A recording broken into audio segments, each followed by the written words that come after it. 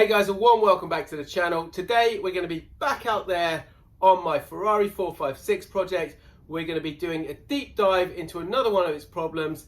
This time we are going to be looking at the electrical system. If you remember before, I have mentioned that if I leave the car overnight, by the morning I have got no battery. In fact, if I leave that car out there for 2 hours, by the time I go to try it, it will be flat. It will not start. So that, as you can imagine, is a big annoyance factor. So today we're going to be going around the car and seeing if we can fix it. So grab yourself a cup of Java, sit back and enjoy the show. One more thing guys, just to say, this is not a continuation of the previous video that I left off with the CAT ECUs, the slow down light, the check engine light. The reason being is I've reached out to a couple of people after doing some research.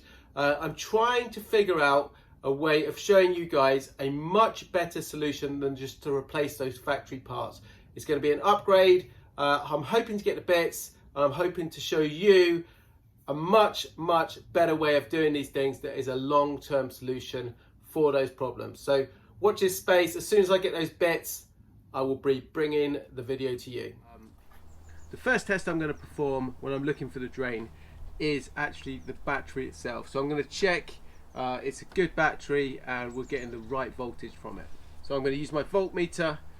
I'm going to have everything disconnected and just the battery. We're going to test that and see what volts it's delivering. To do that, first of all, I'm going to disconnect both connectors from my battery. I've loosened those up already. Then I'm going to use my multimeter and check the volt reading. So I'm going to be looking for something around 12.6 volts. Because it's me, and to make my life easier, holding the camera and doing this, I have clamped the negative probe to the terminal on the battery. I'm now going to take the positive probe, put it on our positive. We're looking for 12.6. The battery wasn't fully charged. I gave it a fast charge quickly. It was slightly drained because of the car. 12.2, okay, we can work with that. That should still show us where our drain is on the battery. A quick test to check with the car running how much volts we're putting. So we're 14.28, 14.29, which is good. The next step is to test to see if we've got a battery drain itself. To do that, we're going to be using the multimeter again, but before we can perform the test, we need to put the car in a state as it would be left overnight. So all the lights off, the doors shut, nothing draining any of the voltage that would normally be there when the car is parked up. So things such as doors shut so it doesn't trigger internal lights. Obviously the ignition off and key out, and then we're ready. So I'm going to be using amps this time. I've switched it over to amps. I'm going to be using the 10 amps. We're going to be taking our connection off here. I'm going to use the negative terminal. I'm going to hook this up and I'm going to show you what we're looking for. So we're all hooked up here. Positive terminal is still in place. I've got my probe, negative probe on the negative terminal of the battery. I'm now going to take my positive probe and I'm going to put it on the negative cable and we're going to take a reading. Now if you remember, I've got this set to 10 amp reading, so the most we should really see on a draw on this car is something like 50 milliamps. All right, so anything above that is considered excessive. So let's touch this on here and get a reading from the car, and there you go. So I've got 3 point, it's fluctuating, but it's well over 3. So we have definitely got quite a severe battery drain on the car. It's fluctuating here. Let's see what it ends up as. So around about 1.3, 1.4. It's going up again. But we've definitely got a excessive battery drain from this car somewhere. So the next step is we're going to try to find what is causing that drain. Now it's just a case of finding which circuit is drawing the significant drain. To do that, I've gone to the user manual. I'm going to look at the fuse board. What we're going to do is we're going to pull each of the fuses and hopefully eliminate and narrow it down to which circuit is causing this problem. So the fuse board on the 456 is located in the passenger footwell down there. In order for me to comfortably pull those fuses out, I'm going to kneel out here on the floor, so I'm just leaning across. So I'm going to have the door open. So as I said, what we don't want to do is have any excessive draw. So this is our door switch here, which will affect the light. So what I'm going to do is use a little clamp. I'm just going to clamp that and clamp that shut. There we go, give that a few seconds, and then I'm going to start setting this up. We don't want to have this set up when I've clamped the door, because it can potentially blow the multimeter. So I'm going to set this up. I've got it in the windscreen so I can read it, and then we'll start pulling those fuses out. So there we go, negative, positive, multimeter on the screen. Hopefully I can read that from inside the car. Just move that as far as possible. And let's have a look, can we read it? There we go, so there's our 1.3, 1.4, so it's fluctuating still. So what I'm going to do now, come down to the fuse board and just pull one fuse at a time. Each time I do that, I'm going to check to see my reading and see if that significantly changes and goes right down. That is the circuit causing the problem. Okay, so we're going to do one at a time. I'm going to start from the right side there. Pull the fuse out, then we're going to check our multimeter. That should go well below 1 when we find the faulty circuit. So not the first one, next one. Again, not this one. So I'm going to run all the way through here, check all the circuits. Here's all the circuits listed on this little footrest.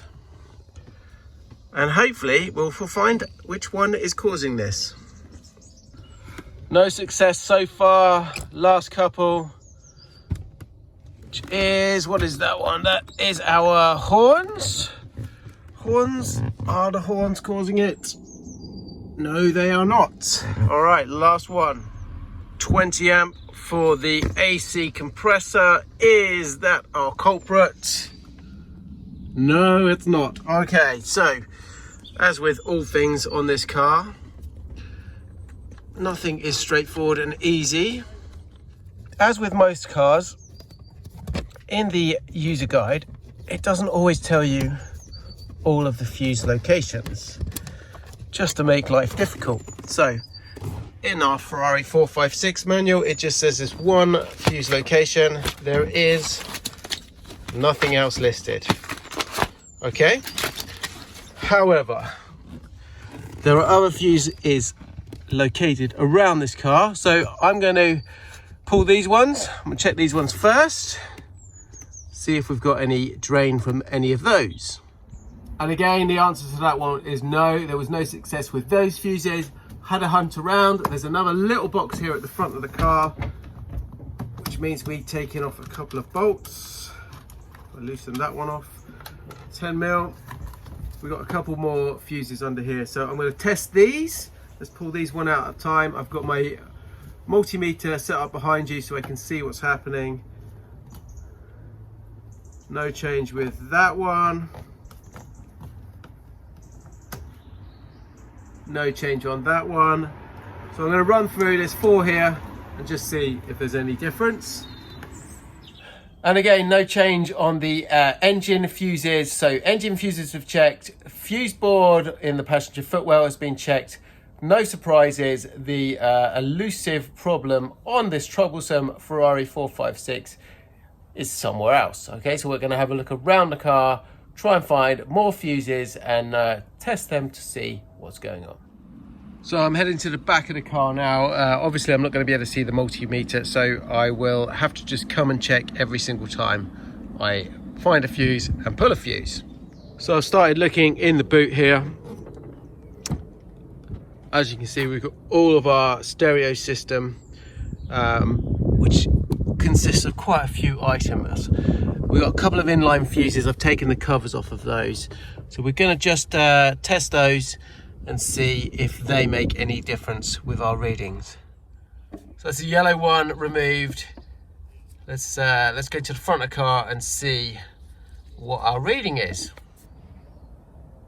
And there you go, guys, 0.02, 0.03, 04. That's perfectly normal. That's what you expect to be seeing. So we have narrowed down the battery drain. It's something at the back of the car, and it's very likely to do with all of that radio system. So let's have a deeper dive and see if we can fix what is causing that.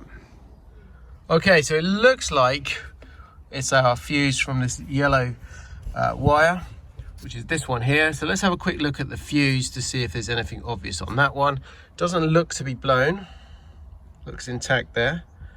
Let's take a closer look. So we'll look at the fuse here. You can straight away feel this end, look at that, it moves. Can you see that? Look at that, there you go. So that's not right, it shouldn't do that, it should all be connected. So let's get another fuse and see if that makes any difference. So we have a new fuse. I'm going to just stick it in line there and just see what our reading is with the new fuse in place. And there you are. With the new fuse, we still have a battery draw. So it wasn't our faulty fuse that was causing it. It's still something in that system that is drawing this current. So let's have a little look further. So if I disconnect this whole cable from here, it's all disconnected. And there is our yellow and red cable. So we're going to open up that and just trace that back. But let's have a look at the front and see if, again, that is our draw. Okay, as you can see, 0.2, 0.3, so we're really narrowing it down now. So if you look at this cable system, we can see someone's had a go at it before. There's some electrical tape on there, so let's remove that and see if it gives us any clue of what's going on.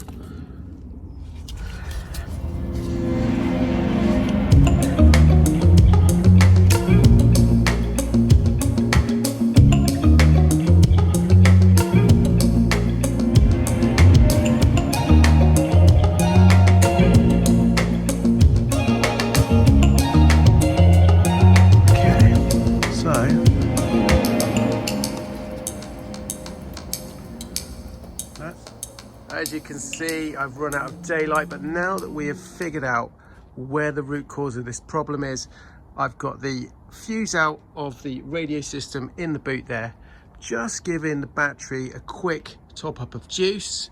I'll then take a reading of the battery. We're going to hook everything up, have this car sitting as it should be normally overnight. I'll then test it again in the morning, get another reading from the battery, figure out if we have lost any of our voltage there, and hopefully we will have narrowed it down to exactly where the problem is stemming from in this car. So I'm just going to verify quickly that we got no battery drain at the moment. We're back down to 0.2, so that's good. I'll now take a reading on the battery itself. Okay, and you can see that my battery is currently reading 12.8 volt. So let's close up the car, tuck it away, put the Ferrari to bed for the night, and take another reading first thing in the morning. Some of the keen-eyed amongst you might have just noticed in that clip how misted up my windows are on this 456. That is all to do with a common problem on these, the window gap. I've mentioned it in a previous video before. That's all going to be taken care of on this. I'm researching it at the moment and going to put a permanent fix. Both sides are the same on this one, and that'll be in an up and coming video on this build. So it's morning of day 2 on the electrical gremlins with this Ferrari 456. I've left the car overnight. Let's hook up the multimeter and see how successful we've been. Okay, 10.34, brilliant. I'm happy with that, looking good so far. Obviously the battery was just off a very quick fast blast last night, so the next thing to do is do one more major test. But the real test with this is, will the car start? That's a big thumbs up. There's no way it would have ever done that before. Sounding good. Still got my little battery overriding the Cat ECU at this moment, but the car is sounding really good. So we just need to figure out what exactly is causing that on that stereo system. So I've unhooked all of the accessories one by one, all the cables, and I've narrowed the problem and the fault down to this component here. So let's take it out of the car, open up the covers and have a look inside. So I've just got the master unit, as I'm calling it, out of the car. So to explain, on the 456, it's a slightly different setup to your usual stereo. We've got this, which is kind of the brains of the operation. Then we've got a dummy fascia that sits in the car, and I'll show you that. As you can see, this bit in the cabin is really just a faceplate, and it's cabled up through the car into the back, where you really have a master control unit. So that just sits in here. The console is obviously so shallow that you had to have something like this in order for it to actually fit. So let's pop that back in there. Back to this bit that I'm calling the master unit. Having a little look around inside just to see if there's anything obvious. And nothing really on this main board. But then when I come down here, if I look in the corner, I've got a little bit chipped away. Another thing I've just noticed is that bit down there. If I get my screwdriver, you can see that it looks like it's broken. Now the problem with these units is they were made by Sony for Ferrari, and they're really, really rare. They only made a handful of them. So when they go wrong, it's almost impossible to find a replacement. You certainly can't buy a new one anymore. So we're going to try and repair this, see if we can solder those joints, and fingers crossed, might be able to rectify the problem.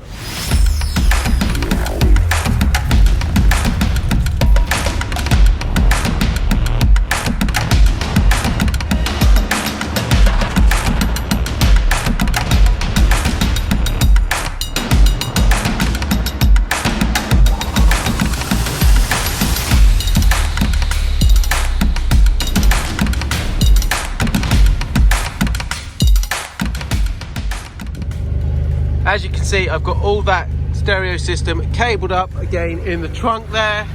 Inside the car, you can see and hear that the stereo is working. So the last thing to check is if we have got any leakage, amp leakage, if we've got any draw there really from that stereo when everything is shut off.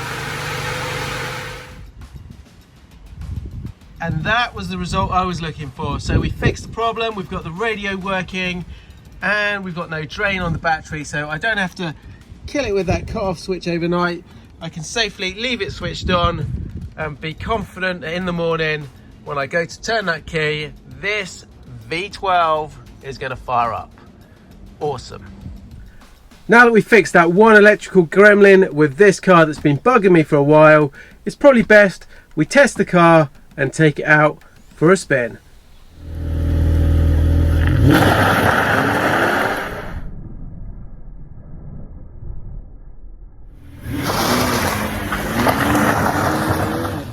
Well guys, that is all we have time for today. The problem is fixed, which gets a massive thumbs up for me because the annoyance factor of shutting that car off at night was really doing my head in.